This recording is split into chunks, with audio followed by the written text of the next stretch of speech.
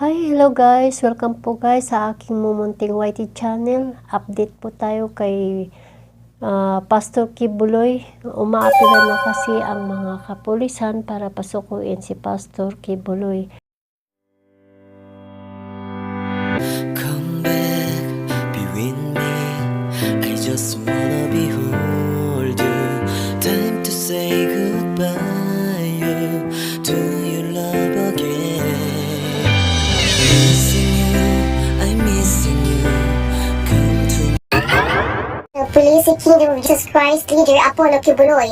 Ayon kay Piero 11, Regional Director, Police Brigadier General Nicolas Sori III, na-discover umano nila gamit ang underground penetrating radar ang isang underground bunker sa loob ng KOJC compound sa Buhangin, Davao City.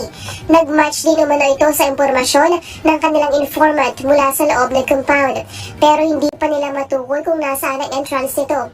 Dito anya posible nagtatago si Apollo Kibuloy.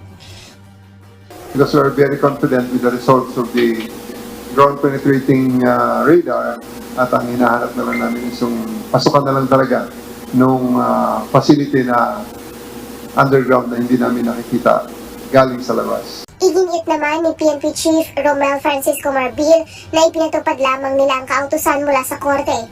May impormasyon din naman ang PNP na nagsasabing nasa loob lang ng KOJC compound nagtatago si Kibuloy.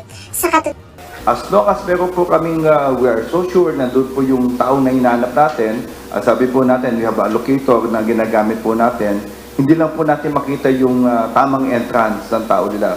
We are so sure na doon po yung tao na hinahanap natin. Not only fugitive Apollo Kibuloy, but for others.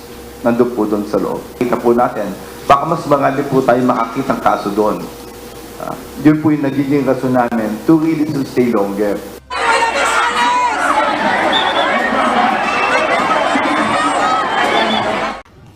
Samantala, nagkagulo kagabi sa Davao City nang magsagawa ng kilos protesta ang mga miyembro ng Kingdom of Jesus Christ sa kabaan ng Carlos P. Garcia Highway bandang alas 7 ng gabi. Nagkagulo ang buong paligid dahil nagsiset up pa sila ng stage sa harapan ng Jose Maria College upang isigaw ang kanilang panawagan. Ilang mga miyembro naman ang umakyat pa sa overpass.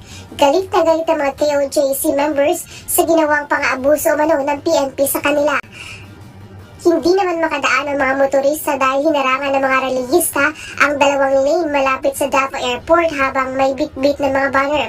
Nag-ugat ang kilos protesta ng KOJC members nang pasukin ng libu-libong pulis sa kanilang compound sa Buhangin upang hanapin ang kanilang leader na si Kibuloy.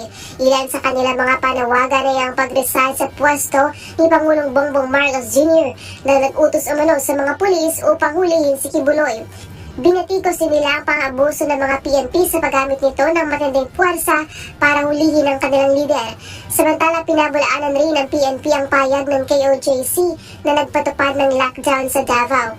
Ganon din ang kanseladong mga flight sa Davao International Airport. 6 na pulis naman ang sugatan matapos atakihin ng mga relihista.